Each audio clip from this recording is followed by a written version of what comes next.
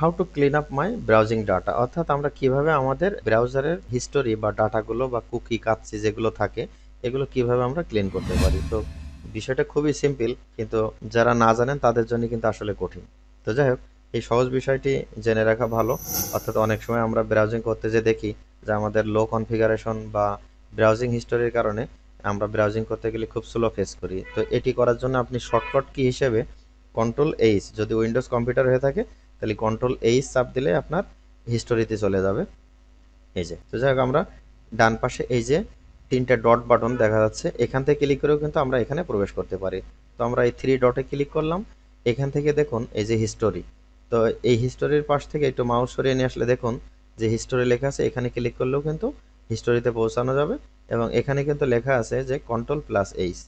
তো এখানে আমরা ক্লিক করলাম, এই যে আমাদের হিস্টোরি। যেমন দেখেন, শুধু আজকের ব্রাউজিং ডাটাই কিন্তু এখানে দেখুন যে টুডে মানডে ডিসেম্বর 28 তারিখ 2020। তো এখান থেকে আমরা নিচে স্ক্রল করে দেখবেন যে আজকেই কত ব্রাউজিং ডাটা, তাহলে প্রতিদিন কি পরিমাণ ব্রাউজিং ডাটা কিন্তু আমাদের এই গুগল ক্রোমের, আমি যে ব্রাউজারটি ইউজ করছি এই ব্রাউজারের হিস্টোরিতে জমে আছে। তো এখন এইটি ক্লিন করার যে বিষয়টা, এটি ক্লিন করার জন্য এখানে দেখুন লেফট সাইডে মেনু রয়েছে যে ক্লিন ব্রাউজিং ডাটা। তো আমরা এখানে ক্লিক করব। আচ্ছা, তো এখানে ক্লিক করার পরে দেখুন যে পপ আপ একটা মেনু ওপেন হলো, এর ভিতরে আপনি লক্ষ্য করুন এই যে ব্রাউজিং হিস্টোরি, যেমন 2974 আইটেম, অর্থাৎ প্রায় 3000-এর মতো আইটেম এখানে রয়েছে।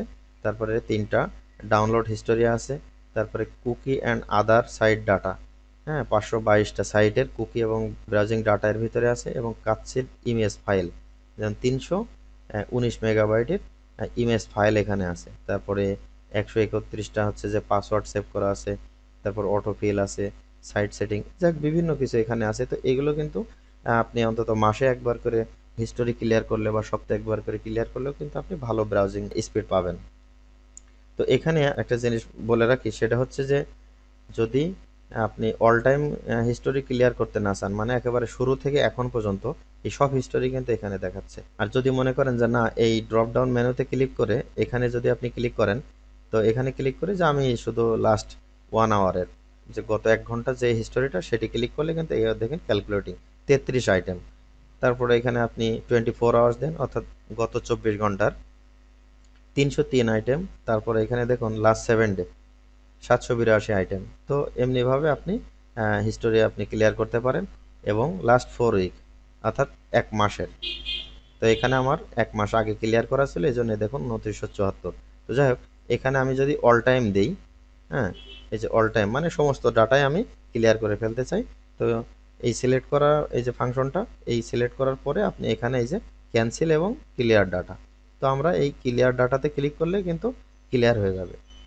তো আমরা এই ক্লিয়ার ডাটাতে ক্লিক করলাম, এই যে অলরেডি আমাদের হিস্টোরি ক্লিয়ার হয়ে গিয়েছে। এখন যদি আমরা আবার এটি কেটে দিচ্ছি, কেটে দিলাম, আবার আমরা কন্ট্রোল এইচ চাপ দিচ্ছি, দেখুন এখন কিন্তু একদম খালি, অর্থাৎ কোনো ব্রাউজিং ডাটা এখানে নাই। তো এখন আমি আরেকটা ভিজিট করে দেখাচ্ছি। সাপোজ আমরা গুগলে গেলাম, suppose what is browsing data,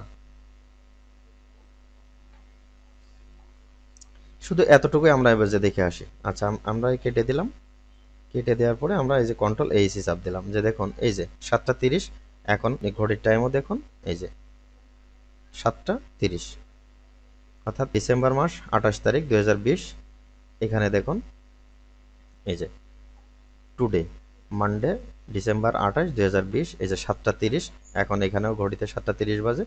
এই যে দুইটা আমি ভিজিট করলাম, তাহলে প্রত্যেকটা ভিজিটের যে হিস্টোরি সেটি কিন্তু আপনার অবশ্যই ব্রাউজিং ডাটার ভিতরে থাকবে। অনেকে আমরা মনে করি যে আমি কম্পিউটার শুধু চালিয়ে গেলাম, কোথায় গেছি কেউ জানে না, কিন্তু যে কম্পিউটার সম্পর্কে বোঝে সে কিন্তু হিস্টোরিতে গেলে দেখতে পাবে আপনি প্রতি মুহূর্তে কোথায় কোন পেজে ভিজিট করেছেন। তো এভাবে আপনি আপনার ব্রাউজিং ডাটা ক্লিয়ার করতে পারেন। So thank you so much for watching this video.